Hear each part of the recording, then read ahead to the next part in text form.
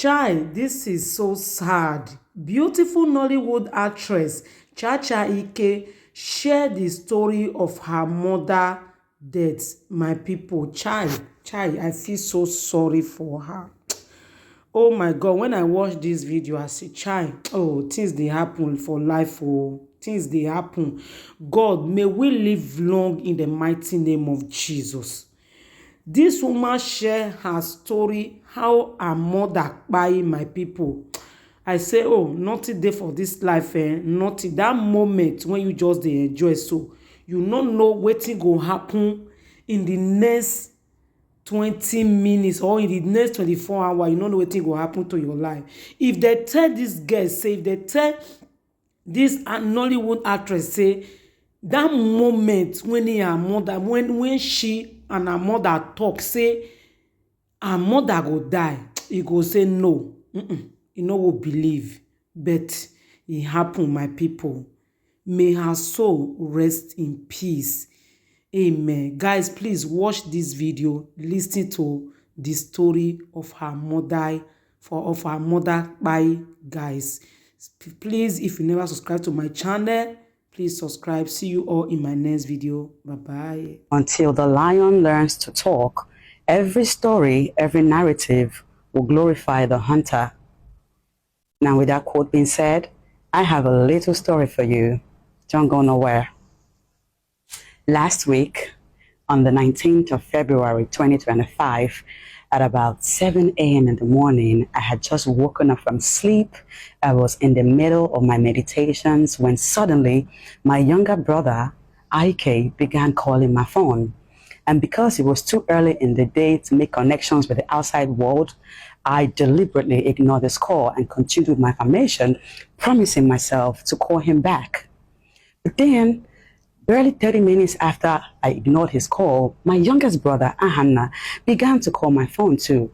And then a weird feeling started to envelop me because the timing was off. They rarely call me, and this type of coincidence was just not to be ordinary. And so I paused my meditation and picked Ahanna's call. And I said, Ahanna Ike, how are you? He said, sister, I'm not fine. I said, what happened? He said, sister, mommy is dead.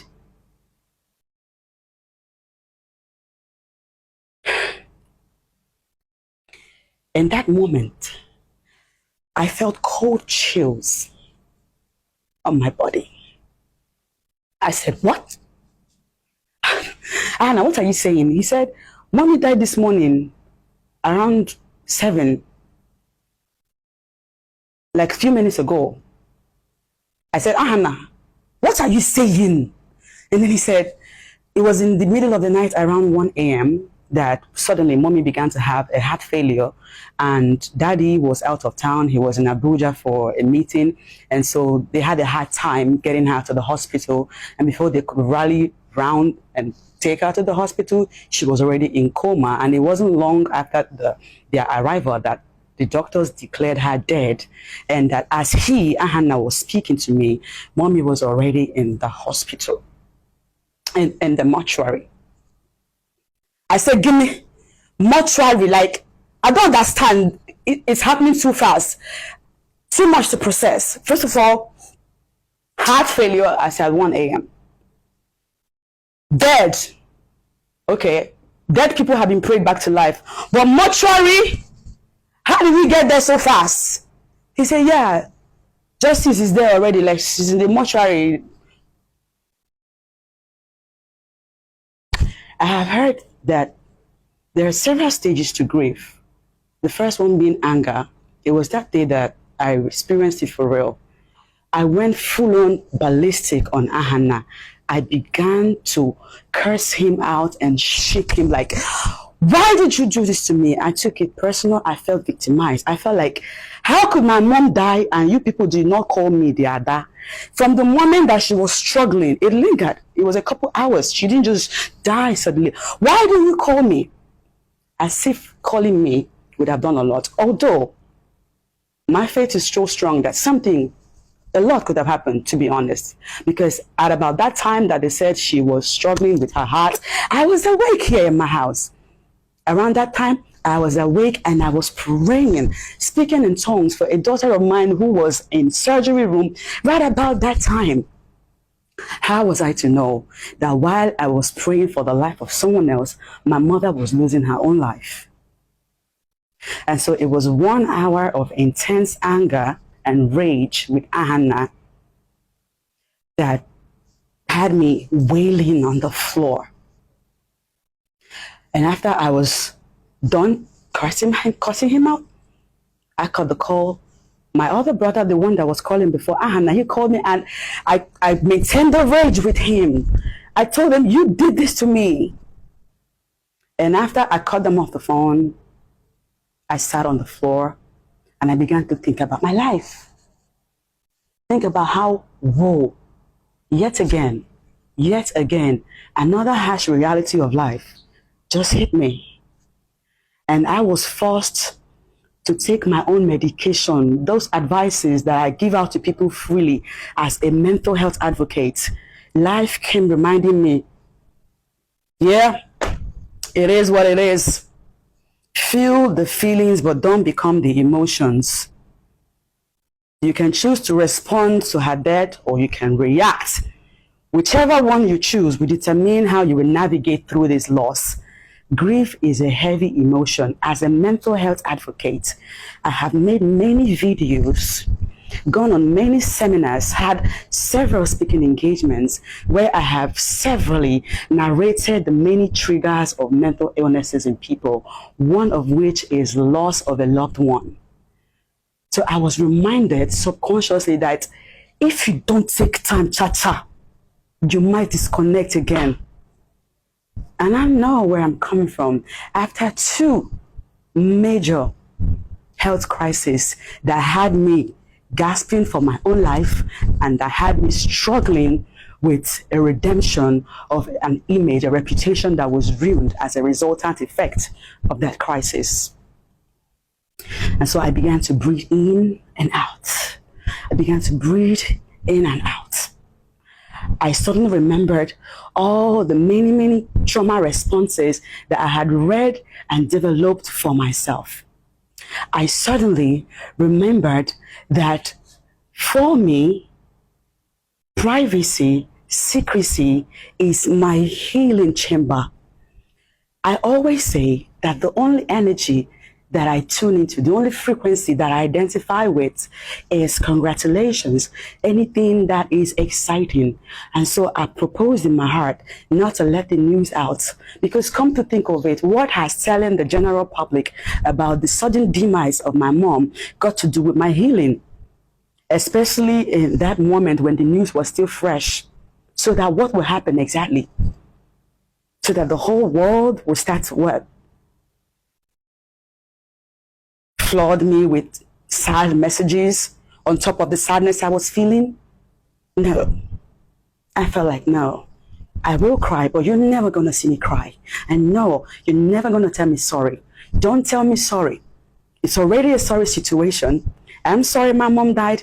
Mommy, I'm sorry you died. But don't tell me sorry, because somehow my emotions cannot handle being put or seen in a sympathetic light. It's a mind thing. And remember, I'm not like you. I'm wired differently. How you will react is not how I will react. And so I didn't post the death of my mom, but I was mourning.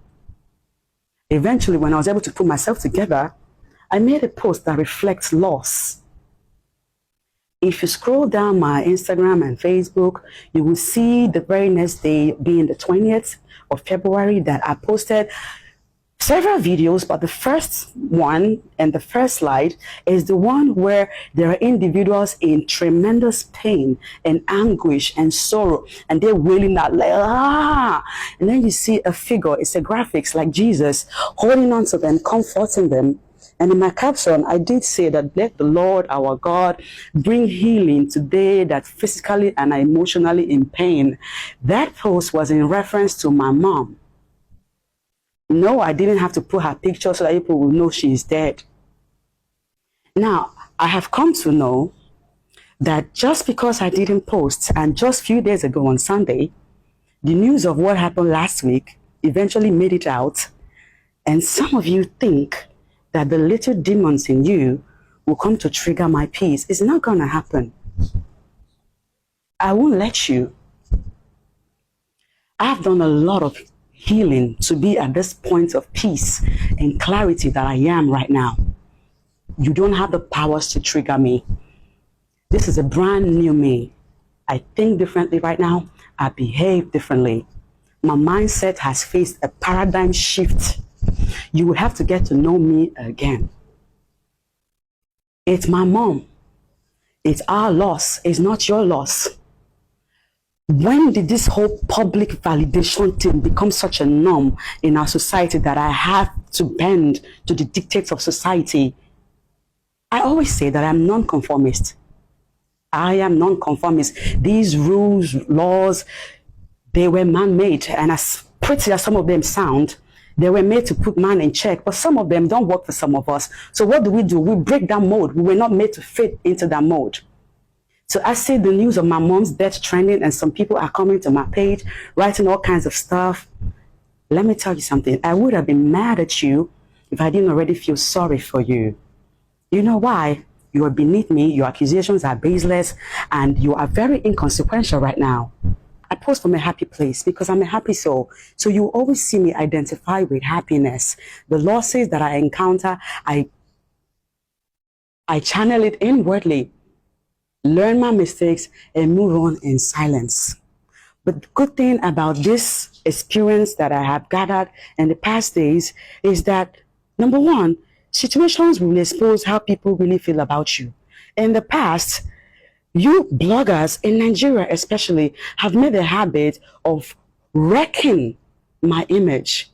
And it hurt the most then because I know how hard I worked to become this name that y'all mess with right now. And I did operate, I currently still do, operate from the mindset that silence too is a form of response. So because I didn't speak up for myself with all the many false untrue narratives that you have had to give out to the public about me, it never meant I didn't know what to say or that the truth was not inherent in me. It just meant I was too classy. I didn't want to condescend that low. But now also I know that while silence can be a form of response, expression too is also a response. So this video is to tell you that, listen, it's not everything that has to do with me that I will put out at the time you expect me to. My life is my life. I am the captain of my own ship, master of my own fate. I'm so glad that being away from public eye has given me room to heal, cry, and I'm starting to recover on the loss of my mom. And let me tell you this for free. I have heard in the past from people that have encountered extreme grief, people that have been triggered mentally by grief, that what made them slip is the fact that they couldn't bear to see their loved one suddenly dead. They couldn't bear to see them stiff. They couldn't bear to see them in that coffin. They couldn't bear to see them being lowered into the ground. They never recovered from it. Some people tell me that they don't sleep at night till days because every time they shut their eyes, the image of their mom, dad, brother, sister, son, daughter, whoever it is, flashes in their brains. Listen, some of us have a photographic memory and we are cautious what we see into it or what we let creep into it. As I make this video, I'm still unsure whether I will attend my mom's burial. And if I do, I'm pretty sure I will not want to see her corpse because the memory of her that I want to preserve in my head, in my subconscious forever, are the happy memories of all the times that we laughed and gossiped and threw word banters and been like, woo, mommy. That's it. That's what I want. I don't want to see my mother dead. I don't want to see her stiff. I don't want to see her in the coffin. So that what will happen? I will not be messed up mentally. Why do we have to wreck the living in honor of the dead? Don't get it twisted. If you have the heart to take on the dead, carry them on your body, dress them up, sit in the ambulance with them, by all means do. But some of us have come to know our strengths and weaknesses, and we will work in alignment with what works because we cannot keep falling apart every time. Now, to the people that currently are on my pages cursing out, I pray you heal. I'm not your problem. And for the people that posted my mom's death as a form of validation, you need healing too. And the people that have sent condolence messages to the post